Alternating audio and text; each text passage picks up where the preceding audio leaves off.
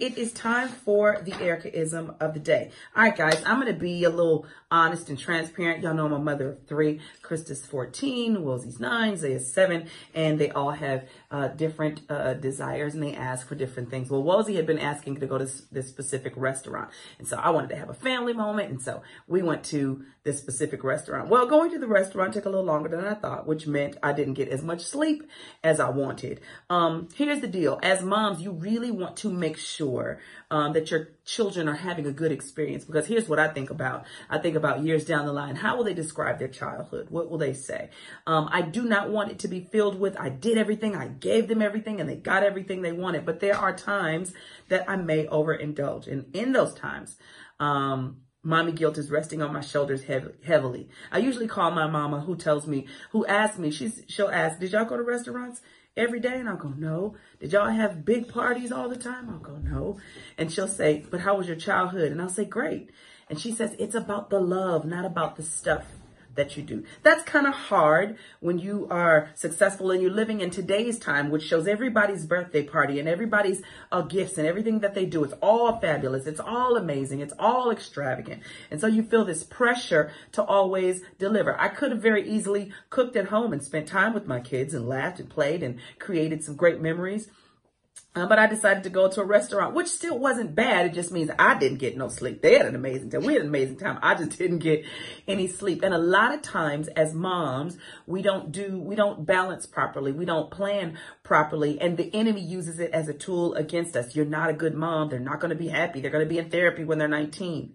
Well, here's what I do know, that we have to bring all those thoughts into subjection. Those are thoughts that are straight from the enemy, that are trying to make you feel bad about what you're doing. And remember, if you love your kids, fear shouldn't be mixed in. I'm loved, but I'm so afraid.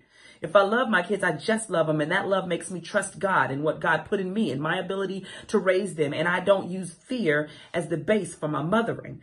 That's hard to do, in 2019, because I'm human and I mess up sometimes. But every time I mess up, I get back up and I realize that I've dedicated every one of these children to God.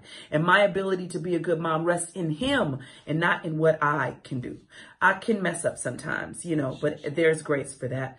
And I hug my kids and love my kids when I can't do all the things that I want to do. And then I try to make sure that I don't overdo, because I don't want to spoil them. I want to make sure that they understand that love is not equated with gifts, because that's a bad message to send to your children. It's time, and it's quality time. And it's okay to take time for yourself, mamas and daddies too. It's okay to make sure that you just building your business or building your ministry or building your relationship. The kids will be okay. And my mom helped me to understand that my kids will be okay. I pray for them. I sing with them. I talk with them. And yes, sometimes I overdo just a little bit.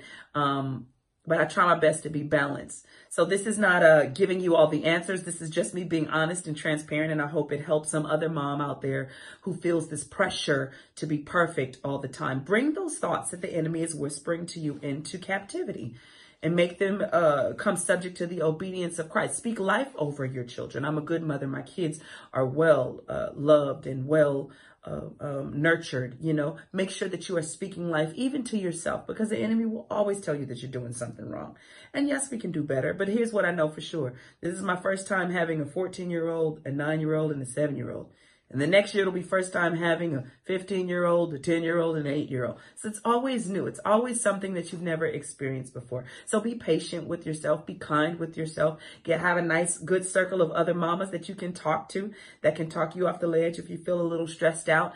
And then spend a lot of time in prayer with your kids.